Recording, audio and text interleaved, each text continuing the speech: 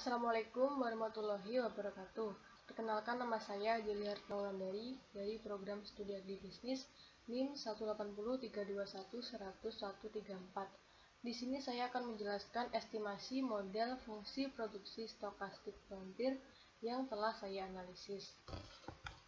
Nah, di sini saya menggunakan variabel dependen yaitu produksi jagung sebagai Y. Kemudian variabel independennya ada 4 yaitu benih X1, tenaga kerja X2, pupuk kandang X3, dan pupuk fosfat X4.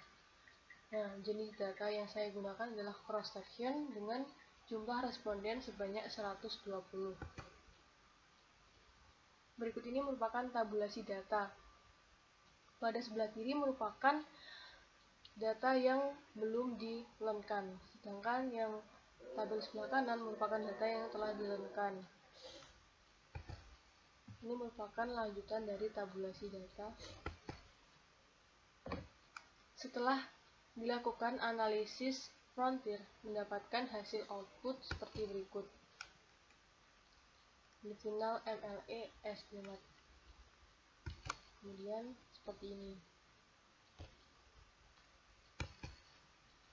Untuk interpretasi, yang pertama mendeteksi kasus inefisiensi dengan melihat nilai LR. Diketahui H0 merupakan di lapang tidak ada kasus inefisiensi, sedangkan H1 di lapang terdapat kasus inefisiensi.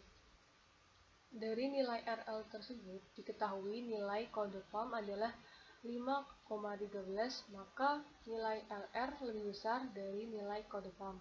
Sehingga dalam analisis ini H0 ditolak dan H1 diterima, artinya pada model ini terdapat kasus inefisiensi.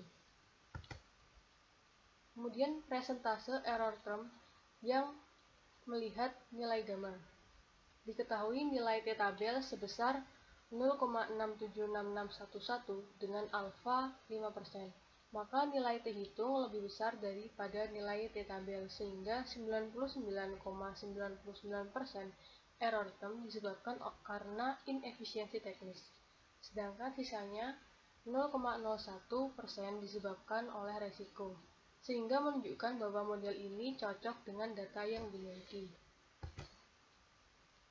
Kemudian dampak atau pengaruh variabel terhadap output.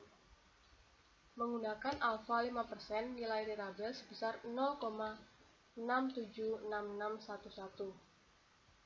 Nilai beta 1 atau variabel benih sebesar 1,97 lebih besar daripada T tabel, sehingga variabel benih signifikan atau berpengaruh terhadap produksi jagung.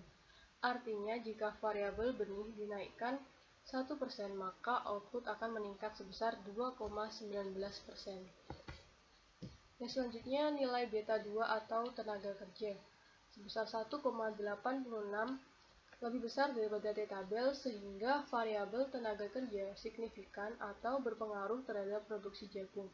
Artinya jika variabel tenaga kerja dinaikkan sebesar 1%, maka output akan meningkat sebesar 7,25%. Nilai beta 3 atau variabel pupuk kandang min 1,05 kurang dari T tabel, sehingga variabel pupuk kandang tidak signifikan atau tidak berpengaruh terhadap produksi jagung. Nilai beta 4 atau variabel pupuk fosfat 4,87 lebih besar daripada T tabel, sehingga variabel pupuk fosfat signifikan atau berpengaruh terhadap produksi jagung. Artinya jika variabel pupuk fosfat dinaikkan sebesar 1%, maka output akan meningkat sebesar 14,37%. Kemudian tingkat efisiensi teknis masing-masing petani. Jika petani memiliki nilai efisiensi teknis lebih dari 0,8, maka petani tersebut dikatakan efisien secara teknis. Jika petani memiliki nilai efisiensi teknis kurang dari 0,8, maka petani tersebut dikatakan tidak efisien secara teknis. Berdasarkan analisis diketahui bahwa petani yang memiliki nilai technical efficiency estimate lebih dari 0,8 adalah sebanyak 73 petani. Maka 73 petani tersebut dalam melakukan proses produksi sudah efisien. Sedangkan petani yang memiliki nilai technical efficiency estimate kurang dari 0,8 sebanyak 47 petani. Maka 47 petani tersebut dalam melakukan proses produksi belum efisien. Nilai technical efficiency estimate tertinggi adalah 0,99, yaitu pada petani dengan nomor 14. Sedangkan nilai technical efficiency estimate terendah adalah 0,13, yaitu pada petani nomor 55. Kemudian rata-rata efisiensi petani.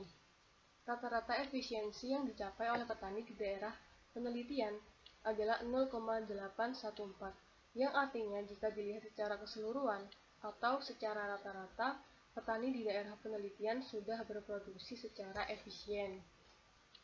Hasil estimasi FPGD Stochastic Frontier. Fungsi produksi MLE yaitu Y sama dengan 2,84 plus 2,19 X1 plus 7,25 X2 min 6,21 X3 plus 1,43 X4 plus 0,01 min 0,99. Dengan keterangan Y adalah produksi jagung, P adalah resiko, U inefisiensi teknis, X1 benih, X2 tenaga kerja, X3 pupuk kandang, dan X4 pupuk fosfat. Baik, terima kasih. Sekian yang dapat saya sampaikan. Kurang lebihnya saya mohon maaf. Wassalamualaikum warahmatullahi wabarakatuh.